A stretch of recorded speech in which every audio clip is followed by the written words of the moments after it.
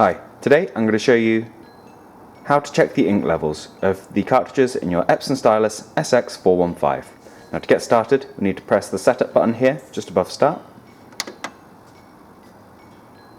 And once your printer's gone into that menu, ink levels is the very first option there. So we press OK to go into that. And now you've got a breakdown of cyan, magenta, yellow and black, showing the estimated ink levels for each one of those. Now you can either press OK to leave this menu, or you can go along and then press OK to change cartridges. But that's about all there is to it.